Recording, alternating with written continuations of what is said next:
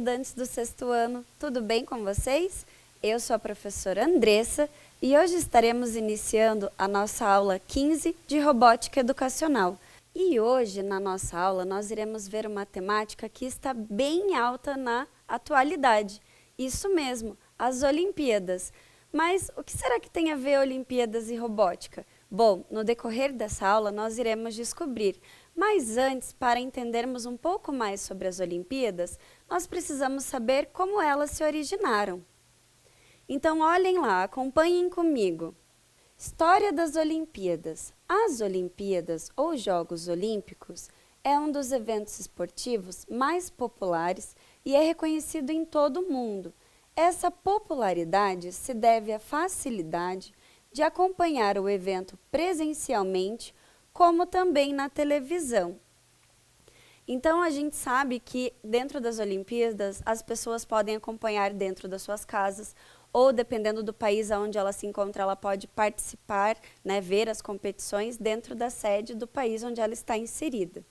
E agora nós vamos ver como foi realmente a origem lá na Grécia. Vejam comigo. Sua origem se iniciou na Grécia, na cidade de Olímpia, por volta de 2500 a.C. De acordo com a mitologia grega, os jogos se iniciaram quando a deusa Hera desafiou Hércules a realizar 12 trabalhos impossíveis. Então, o Hércules ele foi desafiado pela deusa Hera a realizar 12 trabalhos impossíveis. Mas o que aconteceu? Quando ele chegou no 5º trabalho, ele realmente conseguiu dar conta, porque ele tinha que limpar vários currais de um rei, e eles não eram limpos há mais de 30 anos, e eles eram habitados por diversos animais. Então, quando ele deu conta desse feito, a deusa Hera desistiu, e ele criou as Olimpíadas para homenagear o seu pai Zeus. Vamos conferir? Então, como eu já havia dito, Hércules, depois de ter realizado os grandes feitos, resolveu homenagear o seu pai Zeus com os Jogos Olímpicos. Ele havia plantado uma oliveira, onde colhia as folhas para fazer a coroa de quem triunfasse nas competições. Então, ali ao lado, vocês podem observar as folhas de oliveira, que eram feitas a coroa para premiar quem ganhasse as competições. Porque naquela época não haviam as medalhas igual nós temos hoje em dia, de ouro, de bronze, de prata. Então, essa era a forma que eles tinham para premiar os participantes. Já na sequência, acompanhem comigo. Naquela época, já haviam algumas modalidades praticadas pelos gregos, como, por exemplo, as corridas chamadas de dromos e suas modalidades. Em algumas delas, os atletas deveriam percorrer cerca de 190 metros vestidos com uma armadura. Nas corridas também haviam as bigas e as quadrigas, e também o pentátlon. Então, nós vimos ali, as corridas de bigas e quadrigas. Por quê? Bigas, referente a dois cavalos tracionando aquela carroça. E as quadrigas, 4 cavalos. Normalmente, essas corridas, elas eram de combate. Então, por muitas vezes, esses competidores saíam, perdiam suas vidas dentro das competições. E nós vimos também ali, na tela, o pentátlon, que significa penta, a gente lembra a referência de 5 modalidades, que são a corrida, lançamento de disco, lançamento de dardo, salto e também nós temos a luta. Então, bem bacana, já naquela época já haviam essas competições, por mais que fossem umas competições mais bruscas, onde os competidores poderiam perder as suas vidas nessas competições. Na sequência, vejam ali comigo. Em 393 d.C., com a Grécia já dominada pelo Império Romano, o imperador Teodósio se converteu ao cristianismo e proibiu qualquer tipo de adoração aos deuses, dando um fim às Olimpíadas feita em homenagem aos Zeus.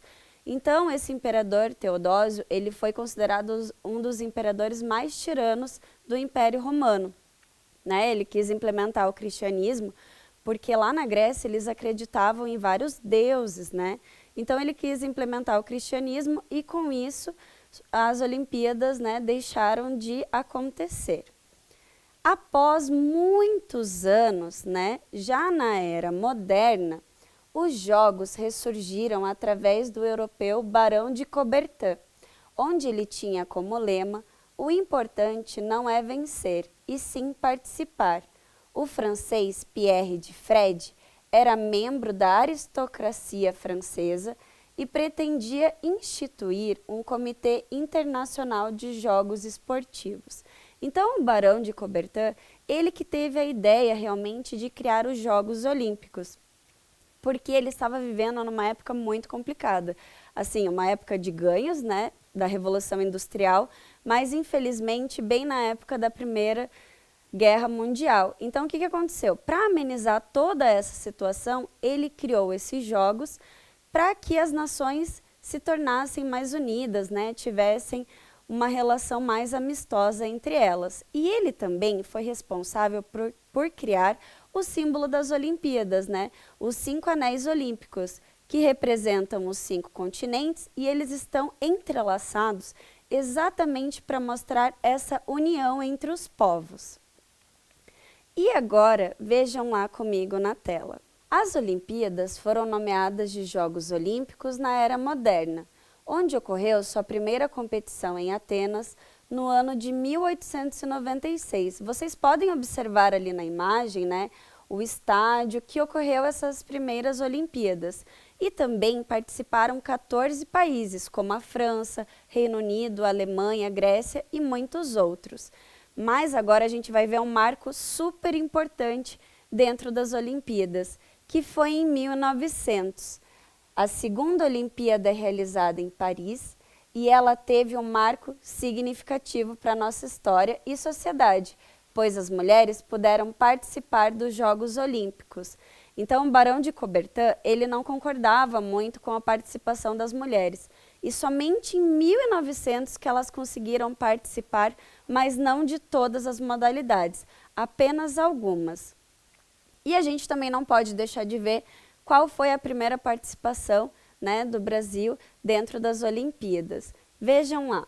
O Brasil participou pela primeira vez dos Jogos Olímpicos no ano de 1920, na Bélgica, na cidade de Antuérpia, e lá garantiram as primeiras medalhas de ouro, prata e bronze na modalidade de tiro desportivo. Então, ali ao lado, nós temos o Guilherme Paraense, que foi o primeiro brasileiro que conquistou uma medalha de ouro dentro dessas competições. E o tiro desportivo nada mais é do que o manejamento rápido da arma de fogo. Agora, para a gente conhecer um pouquinho mais das Olimpíadas, nós vamos ver algumas logos dos anos anteriores. Observem comigo. Nós temos ali a primeira, que foi em Atenas, na Grécia, em 1896. Observem o desenho, né? Tudo já remete, a escrita já remete ao país que está sediando aquela Olimpíada. Na sequência, nós temos Londres, na Inglaterra, em 1908. Também, após algum tempo, né, nós tivemos em 1948 Londres e Inglaterra novamente. Ali nós temos o Big Ben, né, representando bem Londres. E nós temos também em 1952 em Helsinki, na Finlândia.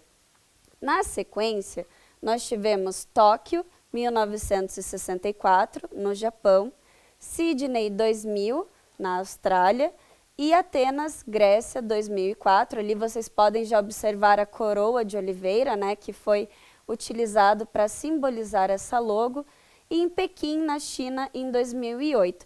Então, a gente pode observar ali algumas logos, né, dos anos anteriores, e não sei se vocês perceberam, mas assim, Londres já sediou 2 vezes as Olimpíadas, e ele conseguiu sediar a 3ª vez, que nós iremos ver agora.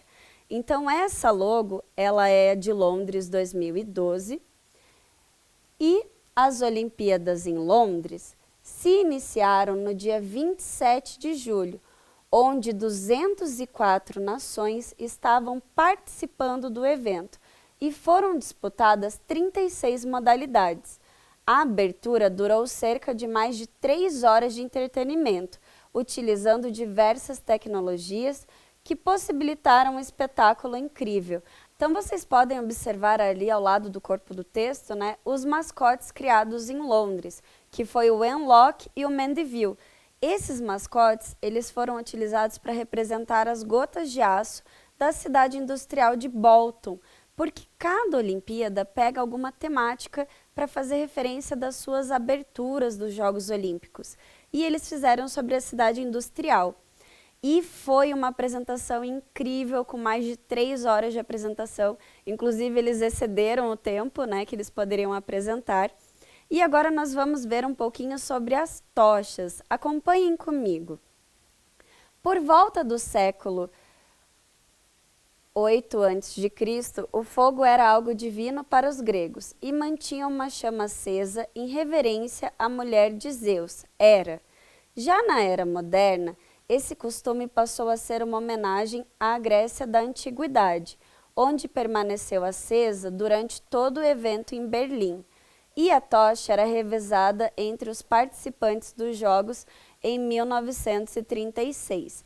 Então, a tocha olímpica, como que ela funciona? Normalmente ela é acendida lá na Grécia e ela vai passando por vários países até chegar aonde está sendo sediada a Olimpíada do momento.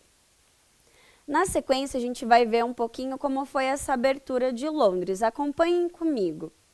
Na abertura dos Jogos, os jovens que carregavam as tochas seguiram em direção ao centro do estádio, onde estava uma das maiores surpresas da noite.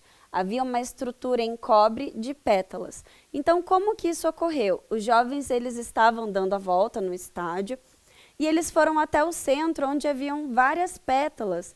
E eles pegaram as tochas que estavam acesas e foram encostando em cada pétala.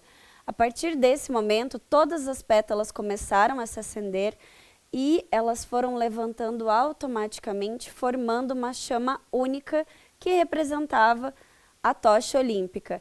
Quem puder conferir esse vídeo, gente, vale muito a pena, é muito bacana, bem lindo, dá para ver que tem tecnologia envolvida, né? Toda nessa parte da tramitação das pétalas se reerguerem. E a gente falou aqui, né, sobre Londres 2012 e a gente sabe que as Olimpíadas ocorrem de 4 em 4 anos. Então, nós tivemos o prazer de sediar as Olimpíadas do Rio 2016. Observem ali a logo que foi criada no Rio 2016. Ela faz alusão ao nosso Brasil. Então, como assim ela faz alusão, né? O que é isso? Ela se baseia nas referências das nossas cores da bandeira. Observem lá, nós temos o verde, o amarelo e o azul, que são as cores que representam bem o nosso Brasil. Observem comigo ali. A primeira vez que o Brasil sediou os Jogos Olímpicos foi no ano de 2016. Foi o primeiro país da América do Sul e a segunda na América Latina a realizar os Jogos Olímpicos. Se iniciou na data de 5 a 21 de agosto e as Paralimpíadas ocorreram entre 7 e 18 de setembro. Observem ali ao lado que nós temos a tocha olímpica utilizada nos Jogos, né, de 2016. Observem que nós temos as cores representando o nosso Brasil e cada país que vai sediar alguma vez as Olimpíadas, eles fazem normalmente as tochas de acordo com os países que estão sediando, por isso que nós utilizamos essas cores. E nesses Jogos de 2016, foi a época em que o Brasil conquistou mais medalhas de ouro, porque antes eles só tinham conquistado 5 em Atenas em 2004, e nesse ano a gente garantiu 7 medalhas de ouro. E a gente vai ver um pouquinho também sobre como foi as aberturas dos Jogos Olímpicos aqui no Brasil, no Rio 2016. Observem ali na imagem, nós temos os indígenas, né, representando o nosso Brasil, porque a temática foi sobre a formação da nossa sociedade brasileira. Como assim essa questão de imigração? Ele mostrou como foi realmente formada a nossa sociedade, né? Mostrou que a imigração é algo bom para o nosso país e para todos os outros países, porque a nossa sociedade ela é formada por indígenas, europeus, africanos, chineses e diversas outras etnias que compõem esse nosso mundo tão lindo. E agora, para a gente conferir como foi os mascotes de 2016, nós vamos ver um vídeo que vai mostrar quem foi, que referência que eles fizeram. Vamos conferir?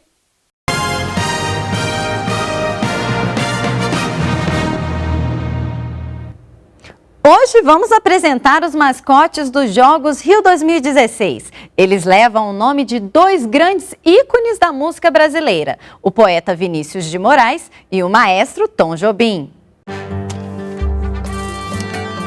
Rio de Janeiro.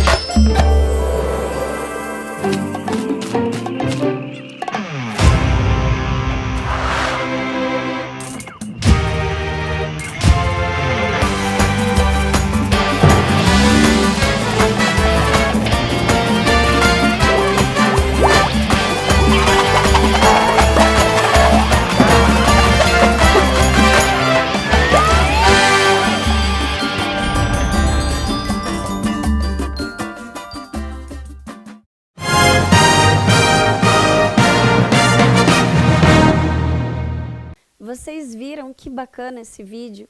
Quem que eles escolheram para representar o nosso Brasil dentro dos Jogos Olímpicos? Vinícius de Moraes e Tom Jobim, que são grandes compositores da música popular brasileira. E agora, também no ano de 2016, foi implementada uma nova modalidade dentro dos Jogos Olímpicos, que foi a canoagem. E quem vai contar isso para a gente um pouco mais, como isso aconteceu, vai ser a professora Mari Santilli. Ela é uma professora da rede pública e ela pratica o esporte de canoagem. E a gente também vai conferir se ela vai para os Jogos de Tóquio desse ano. Vamos lá?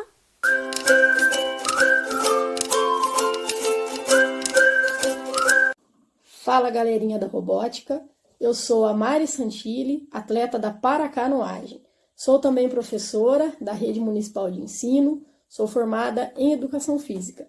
Estarei em Tóquio 2021 representando o nosso país, a nossa cidade de Curitiba, o nosso estado do Paraná. Já fui representante em 2016, nos Jogos Rio 2016, onde foi inclusive estreia da modalidade da paracanoagem, né? Foi a primeira vez que a paracanoagem participou de uns Jogos Paralímpicos, então a gente está na segunda edição. Eu comecei na paracanoagem em 2014, foi a minha trajetória, mas antes disso eu já era atleta amadora e já vinha de outras modalidades. Em 2006 eu sofri um acidente de moto e aí foi que começou a minha trajetória no paradesporto, certo? 2014 eu comecei, 2015 eu já comecei a participar de competições internacionais e 2016 eu peguei a vaga para participação dos Jogos. E daí em diante eu fui para o esporte, né, de alto rendimento, onde eu estou até hoje. É preciso muito treinamento para se manter nesse nível e para se manter nesse cenário que é o esporte de rendimento que vem cada vez crescendo mais. Inclusive a busca agora para a vaga, que aconteceu na Hungria, há alguns meses atrás, foi bem disputada, foi diferente, foi com um número maior de atletas e com uma qualidade também maior. E esse é o crescimento do esporte e a gente fica feliz com isso também. Uma pergunta bem interessante em relação às tecnologias, né, que serão aplicadas nos Jogos. Diante da pandemia, nós tivemos que nos reinventar enquanto atletas, tivemos que mudar alguns treinamentos, treinar um tempo em casa, usando a tecnologia também, tivemos que usar o ergômetro, que é um aparelho que simula a remada do caiaque, assim como tem a bicicleta ergométrica, tem o ergômetro que simula a remada. Tivemos que mudar um pouco os ambientes de treinamento, mas a gente conseguiu passar por cima disso, se manter no alto rendimento e conseguir chegar e buscar essa classificação. E também a gente constatou que o mundo não parou de treinar, porque todo mundo chegou muito bem. Não há dúvidas de que alguns esportes foram prejudicados, né? Principalmente os esportes coletivos, como o vôlei, o basquete, porque precisa treinar junto. E por conta da pandemia, ficou-se muito tempo parado, sem poder treinar no coletivo. Então eu tenho certeza de que serão os Jogos da Superação. e, inclusive, na questão das tecnologias, dos usos, né? A gente já sabe que chegando no Japão, teremos que baixar um aplicativo no celular, onde os atletas serão rastreados. A todo momento, o comitê organizador vai saber onde cada atleta estará, né? Caso tenha que fazer algum exame, teremos que fazer teste de Covid, com certeza. Então, essa é uma das tecnologias que a gente está sabendo e deve ser até por conta do Covid. Outras tecnologias que eu fui pesquisar, porque eu fiquei curiosa com a pergunta, é que os robôs vão estar assim em todos os lugares, né? Começando nos aeroportos, aeroporto bilíngue, tentando ajudar com perguntas básicas, robôs ajudando nos estádios, nos locais para pegar material, né? Sabemos também de sensores que serão colocados nos trens, nos transportes dos atletas, caso haja algum problema, seja detectado rapidamente através desse sensor e a manutenção já seja feita. Sabemos também a questão da energia, né? Caso a energia venha a acabar por conta de tufões, enfim, que essa energia seja restabelecida rapidamente, tudo para que os jogos não tenham problemas e que as coisas possam acontecer e fluir. Então, acho que vai ser muito interessante e a gente não podia esperar outra coisa, né, vindo do Japão. Galerinha, então acho que é isso, tá? Conto com a torcida de vocês para todos os atletas olímpicos e paralímpicos. Mandem as vibrações positivas pra gente. Valeu, obrigada!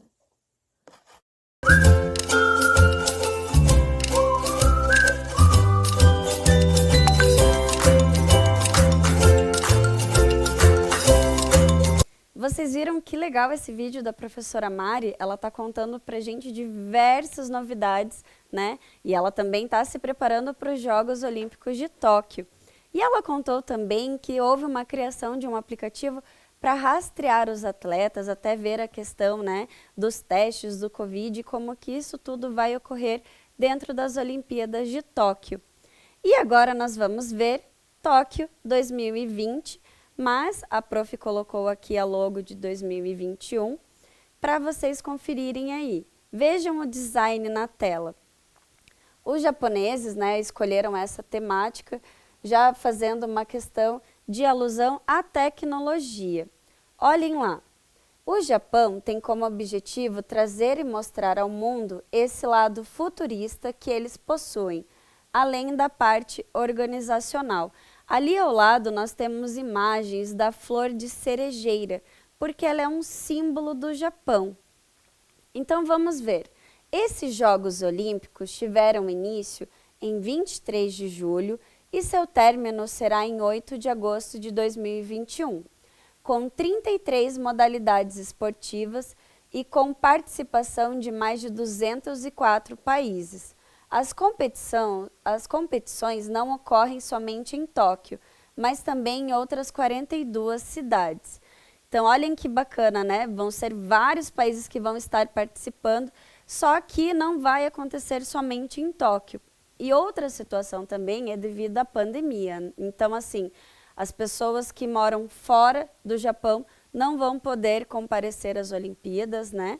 E também eles tiveram que reduzir a quantidade de voluntários para as Olimpíadas. Então agora, nas aberturas das Olimpíadas, a gente pode observar que eles utilizaram muitas tecnologias, como holografia, questão de luzes e diversos outros materiais para agregar mais essa apresentação. Então acompanhem comigo. O Comitê Organizacional de Tóquio, em parceria com o Centro de Saneamento Ambiental do Japão, implementaram um programa de reciclagem, onde solicitaram doações de diversos produtos eletrônicos para serem usados como material base para a produção das medalhas. Então, ali ao lado, vocês podem observar, né, as medalhas, elas estão fazendo referência a 2020, porque era realmente para ter acontecido essas Olimpíadas em 2020, mas em relação à pandemia, né, tivemos que adiar para 2021, mas ali nós temos as 3 medalhas que foram construídas de materiais diversos e recicláveis. Já na sequência, nós temos agora novas modalidades neste ano. Vamos ver? Em primeira mão, o surf, o skate, a escalada esportiva e o karatê estão dentro das novas modalidades nessas Olimpíadas. Além disso, beisebol e softball estão de volta ao programa olímpico depois de se ausentar das duas últimas edições de Jogos. Então, vocês viram ali que nós tivemos, né, modalidades bem diferentes, bem bacanas. E agora, como eu já havia falado com vocês anteriormente sobre a tocha e a tocha de Londres, nós iremos ver também um pouquinho como vai ser essa tocha agora em Tóquio. Observem, a tocha olímpica foi inspirada na flor de cerejeira, que é o símbolo do Japão. Ela possui 71 centímetros de comprimento e 1,2 kg. Ela foi feita de alumínio reciclado e também em parte dos alojamentos temporários construídos para as pessoas afetadas pelo terremoto e tsunami em 2011. Se vocês observarem ali na tela, vocês podem ver que essa flor de cerejeira, ela tem 5 pétalas para representar a flor, mas também representando os anéis olímpicos. Mas e agora? E aí, professora? Aonde está a relação da robótica com as Olimpíadas? Aonde que a gente vai encontrar isso? Então vamos ver. Olhem lá. Esses 2 robôs são principalmente para recepcionar o público, promover as Olimpíadas e receber atletas e visitantes. O mais interessante é que eles possuem câmeras e tecnologia de reconhecimento facial, o que lhes permite criar emoções através de seus olhos. Então nós temos o Miratoa e a Somi8. O Miratoa ele foi escolhido para representar os Jogos Olímpicos e a Somi8 os Paralímpicos. E olhem que bacana! Toda essa escolha de personagem foi feita por crianças do ensino fundamental do Japão. Eles que escolheram esse design para que esses robôs estivessem lá nas Olimpíadas. Agora nós vamos ver outro robô, o Emil 3. Ele tem um corpo compacto e leve, com uma altura de 90 centímetros e um peso de 15 quilos. Tem a velocidade máxima de 6 km por hora, para acompanhar o andar de um humano. E ele é responsável por retransmitir diversos trabalhos que outros robôs podem fazer. E agora também, olhem quantos robôs nós estamos vendo nas Olimpíadas de Tóquio. E nós temos este aqui também, que é o THR3, o robô humanoide. Este robô é alto e pode reproduzir movimentos dos robôs mascotes para locais distantes das arenas. Ele pode se comunicar com mais de 5 atletas. E ele também tem todo um design para representar o aperto de mão. E se a pessoa estiver usando um equipamento, ela vai conseguir receber essa sensibilidade do aperto de mão. Além de ele poder se comunicar com 5 pessoas ou mais em diversas línguas. Muito legal, né? E na sequência nós temos também este outro robô, que é o TTR1, robô de comunicação e localização remota. Esse robô possui uma câmera e uma tela de quase tamanho real para exibir imagem das pessoas de casa e possibilitar essas trocas de experiência. Então, se vocês observarem bem ali na imagem, ele tem uma câmera, né, em cima e abaixo a tela.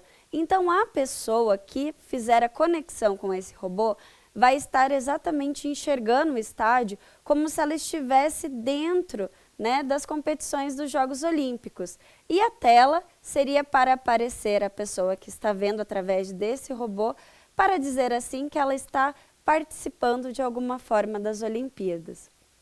E agora nós veremos o último robô das Olimpíadas de Tóquio. Confiram lá. O FSR, robô de suporte de campo.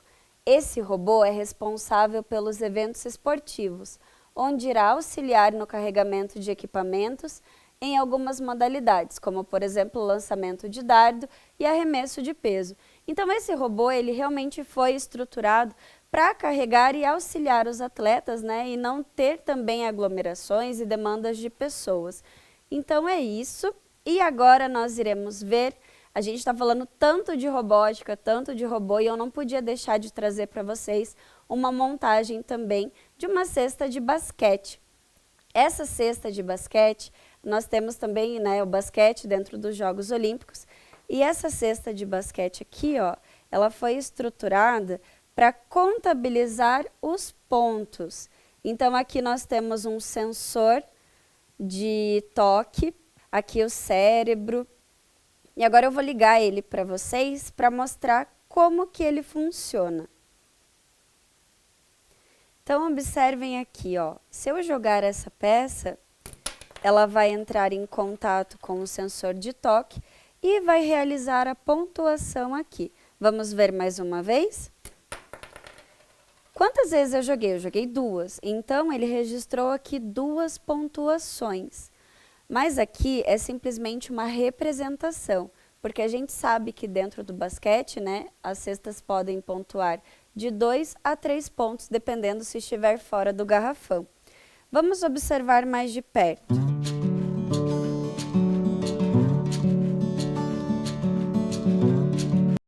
Então, viram que bacana? Ela representa, né, as pontuações a cada vez que tem o toque no sensor. E aqui também embaixo, ó, nós também temos algumas estruturas, tudo para que fique mais estruturado a nossa cesta de basquete. E agora vamos ver um pouquinho como foi essa programação, como que isso tudo ocorreu. Observem na tela. Nós temos ali a programação feita em blocos no programa antigo do EV3, porque agora ele tem um programa novo. E eu acredito até que seja um programa mais simples da gente trabalhar do que esse antigo. Porque esse antigo, ele traz apenas imagens e não palavras. Já o novo facilita o entendimento. Então, nós podemos observar ali, ó, a questão do tempo, o contador e também a questão do toque ali, ó, nessa parte aqui no quadradinho, a questão do toque. Para encerrarmos a nossa aula, eu trouxe o depoimento da atleta Amanda Simeão. Ela vai contar um pouco para a gente como foi a história dela dentro do esporte e qual modalidade ela pratica e como funciona. Vamos conferir?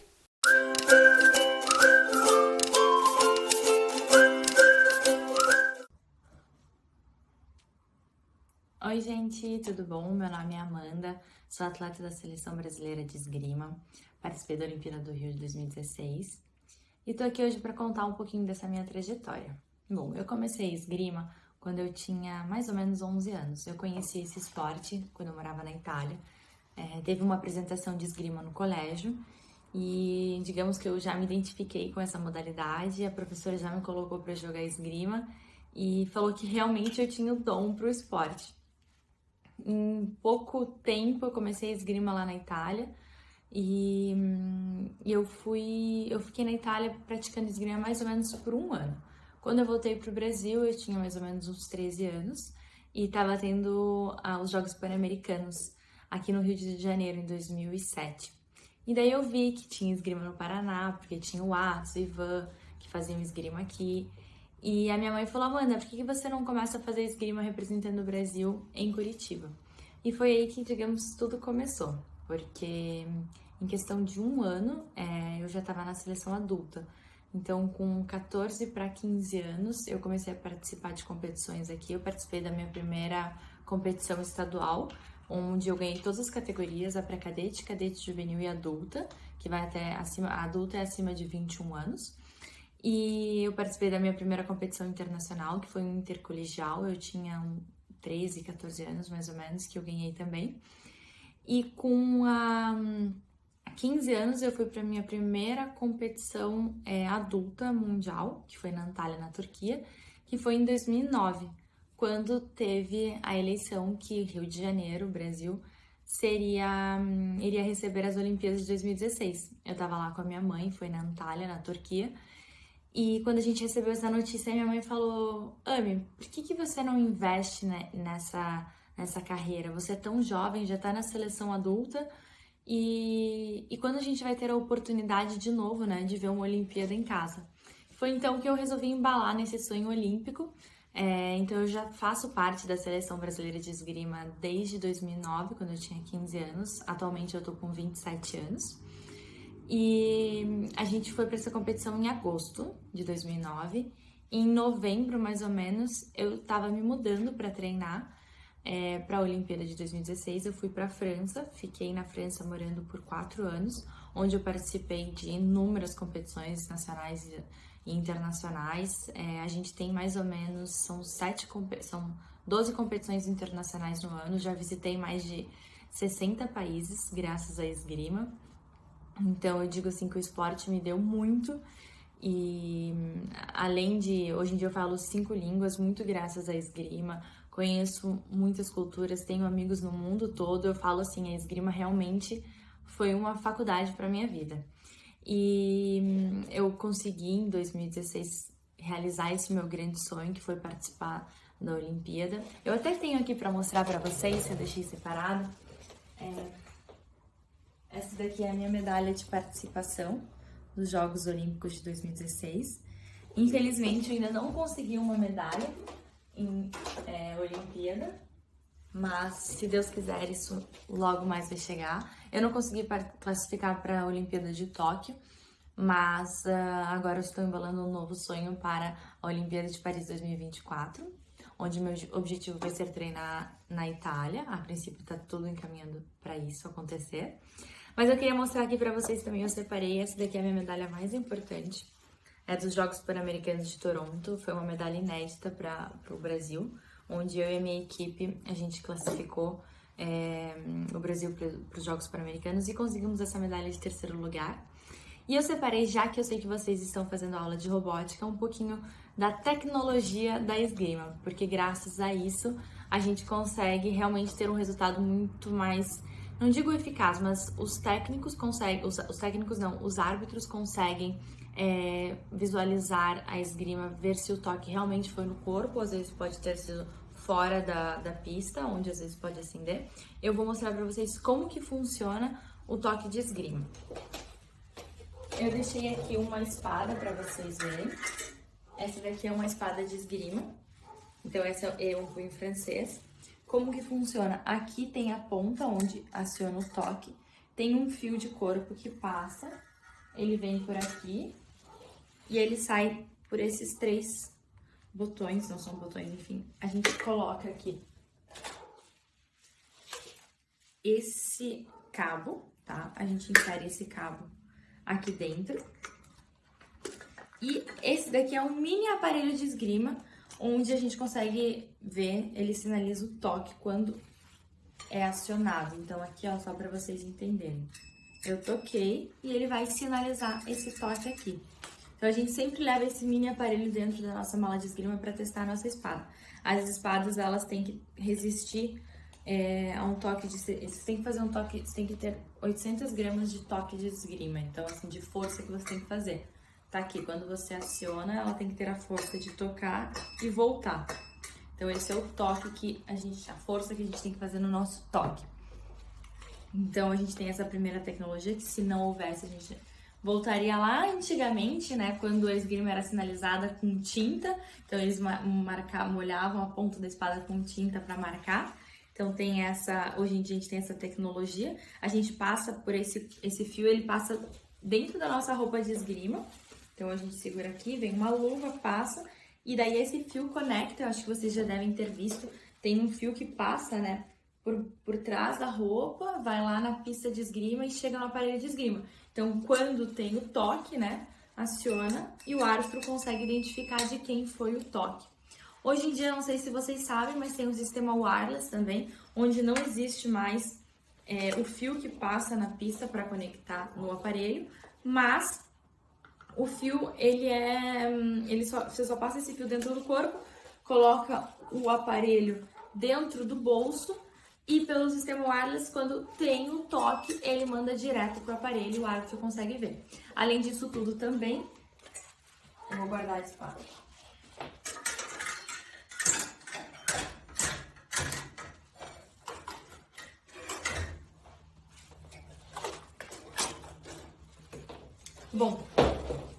Bom, além desse sistema wireless que hoje em dia tem, também tem a questão de vídeos. Eu acho que, como no futebol vocês sabem que tem o VAR, que você pode pedir um vídeo para ter certeza se realmente a bola entrou ou não.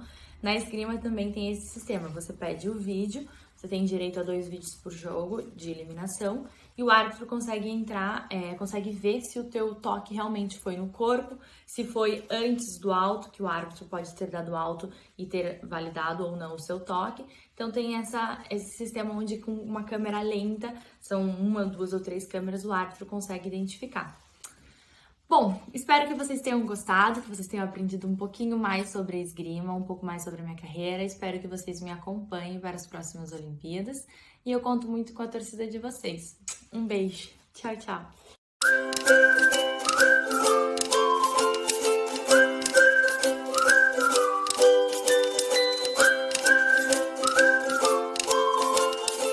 Então vocês viram que bacana esse vídeo que a Amanda trouxe pra gente. Ela mostrou como a tecnologia está inserida dentro da esgrima, contou que já conheceu mais de 60 países e também aprendeu 5 línguas, né? Então assim, como o esporte pôde propiciar para ela momentos educativos e culturais. Mas ela deu um gostinho para a próxima aula da semana que vem, que nós iremos ver outras modalidades e também nós iremos ver sobre as Paralimpíadas. E se você quiser contribuir com algum material, algum projeto, foto ou registro, vocês podem estar entrando em contato pelo e-mail robotica@curitiba.pr.gov.br. E eu vou ficando por aqui. Até a próxima aula. Tchau!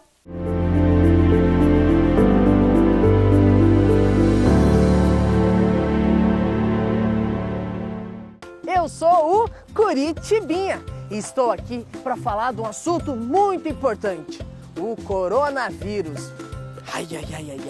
Mas olha, não é para ter medo, e sim tomar os cuidados devidos. Vamos ver se você está por dentro?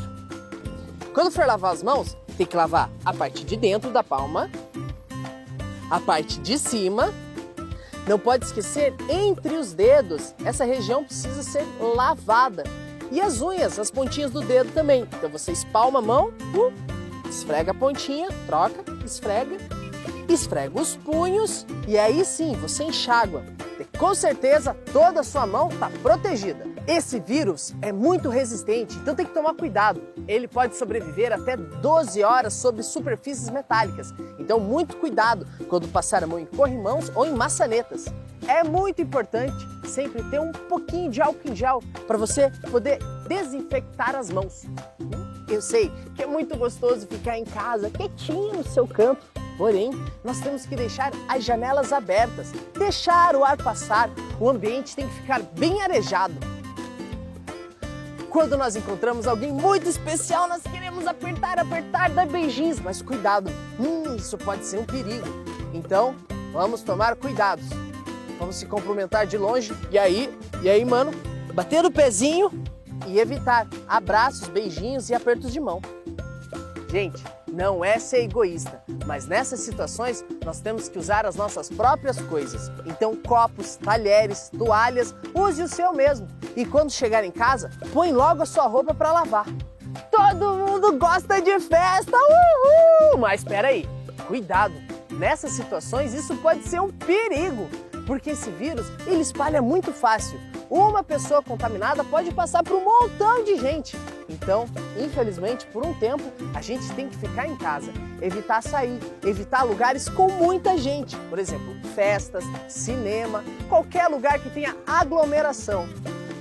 Essa doença é perigosíssima, principalmente com aqueles que são mais velhos. Então, as nossas vovós e os nossos vovôs estão correndo um sério perigo. Nesse caso, o melhor é ficar um pouquinho longe deles. Eu sei que a saudade vai apertar, mas o melhor para eles é a gente ficar longe. E se por acaso você se encontrar com o seu vovô e com a sua vovó, mantenha a distância, cumprimenta de longe. E aí, lave as mãos, passa álcool em gel e fala para eles se cuidarem e não sair de casa. Combinado? Nós amamos os nossos velhinhos e queremos eles bem protegidos. Gente, essas foram as dicas do Curitibinha